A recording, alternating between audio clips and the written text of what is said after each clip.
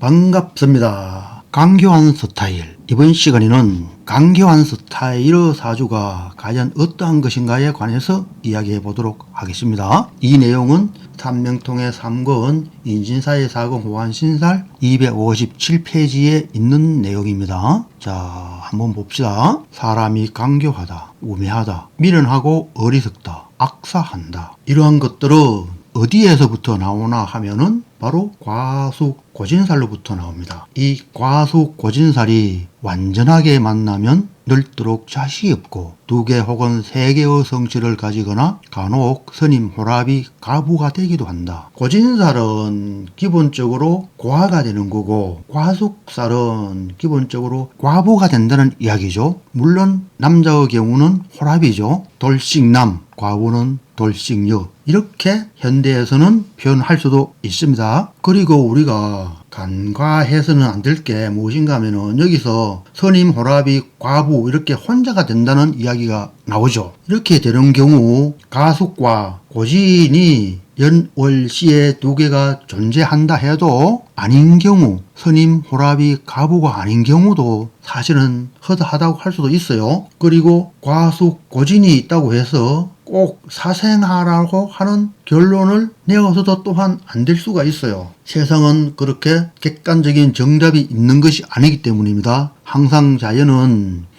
형상적이지 객관적인 정답이 있는 것이 아닙니다. 그렇잖아요. 원주율 파이가 무한대잖아요. 답이 딱 떨어지는 게 아니잖아요. 왜 원주율을 거론하느냐 하면은 전부 원의 궤도잖아요. 지구가 회전을 하는 것도 원이고 지구가 태양을 기점으로 해서 공전하는 것도 원이잖아요. 그리고 태양계가 은하의 중심을 기점으로 해서 역시 원으로 운행을 하잖아요. 그래서 모든 세상의 이치는 궤도, 원으로부터 나온 것이기 때문에 자연은 딱 떨어지는 객관적인 답이 없다고 할 수가 있겠습니다. 그래서 여기서 또한 우리가 살펴봐야 될 게 있죠. 바로 오행십성이죠. 오행십성에서 비경급이 많을 경우에 사주에 그러할 경우에 스님 호랍이 과부가 될 확률이 굉장히 높습니다. 그러면 답이 나왔잖아요. 과숙 고진이 사주에 있는데 다시 비경급이 강할 경우에는 스님 호랍이 과부가 될 사주다. 이렇게 판단해도 될 것 같습니다. 합공, 합인, 합함지하면 합공은 총명하고 합인은 이리와 같고 그리고 우매한 것은 합함지입니다. 합공은 공망을 이야기하는 거죠. 과숙 고진이 공망을 당했을 때 연간과 청간합이나 아니면 지지가 연지와 육합을 하거나 그러할 경우에 합인은 인이 음간의 인을 이야기하는 것입니다. 음간, 을목, 신금, 정화, 기토 등의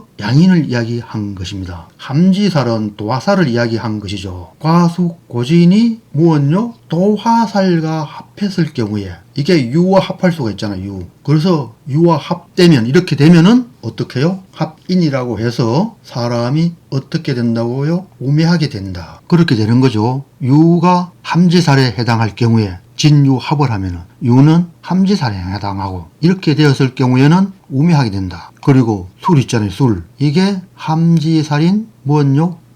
묘와 합했을 경우에는 합함지가 되는 거죠. 이렇게 되었을 경우에는 어떻게 해요? 우매하다. 이렇게 된다는 것입니다. 그리고 또 보면은 합인나무는 나쁘게 사망한다. 관청의 형벌은 겨우 면하지만 미련하고 어리석다. 합인나문에 대해서는 다음에 사주가 나오기 때문에 그때 설명하도록 하겠습니다. 유고 선생의 이야기는 대육합, 소육합, 대삼합, 소삼합 이렇게 합을 할 경우에 미련하고 어리석고 우매하고 사람이 강귀하고 악사한다는 이야기를 한 것인데 여기서 보면은 화계와 쌍합 혹은 단합 혹은 내합, 외합, 순합, 반합, 합공망하면 사람이 강교하다 했습니다. 그러면은 강교한 주체는 화계가 되는 거죠. 화계살. 화계살이 천합, 지합하거나 혹은 단합하거나 즉 육합하거나 또는 삼합하거나 이렇게 되었을 경우에 또는 반합하거나 이렇게 얕은 간에 합이 되었을 경우에 우리가 알고 있는 그 합들이 되었을 경우에 그럴 경우에 사람이 강교하다.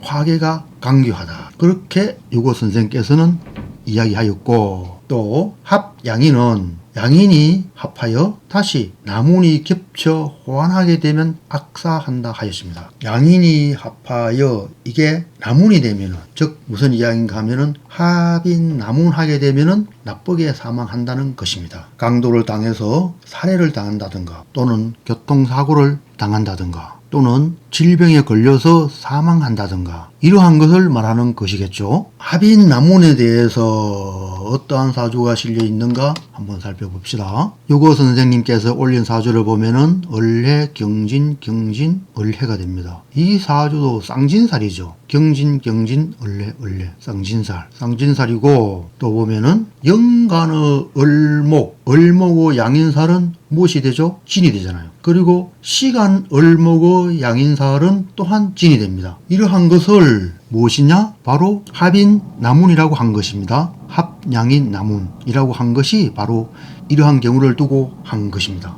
만약에 여기에 을해가 아니고 뭐 신금이 있고, 예를 든 겁니다. 신금이 있고 다시 진이 아니고 술이라면은 이러한 것도 나문에 속합니다. 연간 을의 양인은 진이 되고 신금의 양인은 술이 되잖아요. 이러한 것도 합양인 나문이라고 할 수가 있겠습니다. 또 어떠한 것이 있나 한번 살펴보면은 을경 합을 하죠. 을경 이렇게 합을 하잖아요. 뭐 쌍합, 단합, 내합, 외합, 순합, 반합, 합, 공망 등등 이야기했잖아요. 이렇게 합을 하고 있습니다. 그래서 이 사주 주인은 또 형은 범하지 않았지만, 그러니까 감옥 갈 그 범죄는 저지르지 않았지만 형체가 깨어지는 질병이 있게 되었다. 이렇게 설명하셨는데, 결국은 쌍진살만 있다고 해서 형체가 깨어지는 질병이 있는 것도 아니고 사망하는 것도 아니고, 사망할 수 있긴 있겠죠. 그러면은 우리는 쌍진살도 있고 쌍진살이 있으면은 그냥 사망한다까지는 되고, 여기서 양인살이 나문을 하고 있으니까 어떻게요? 형체가 깨어지는 질병이 있게 된다. 질병이 있게 되었다. 이렇게 추리할 수가 있겠습니다. 사람이 강교한 것은 화계가 있고 고진과숙이 있고 이렇게 있는데, 합이 되었을 경우에 화계와 고진이 합, 화계와 가석살이 합, 또는 화계살이 다른 어떤 12지지와 합, 이런 그런 합이 되었을 경우에 사람이 강교하다, 이렇게 볼 수가 있겠습니다. 자, 이렇게 하여 이번 시간에는 사람이 강교하고 우매하고 어리석고 사람이 형체가 깨어져 죽는,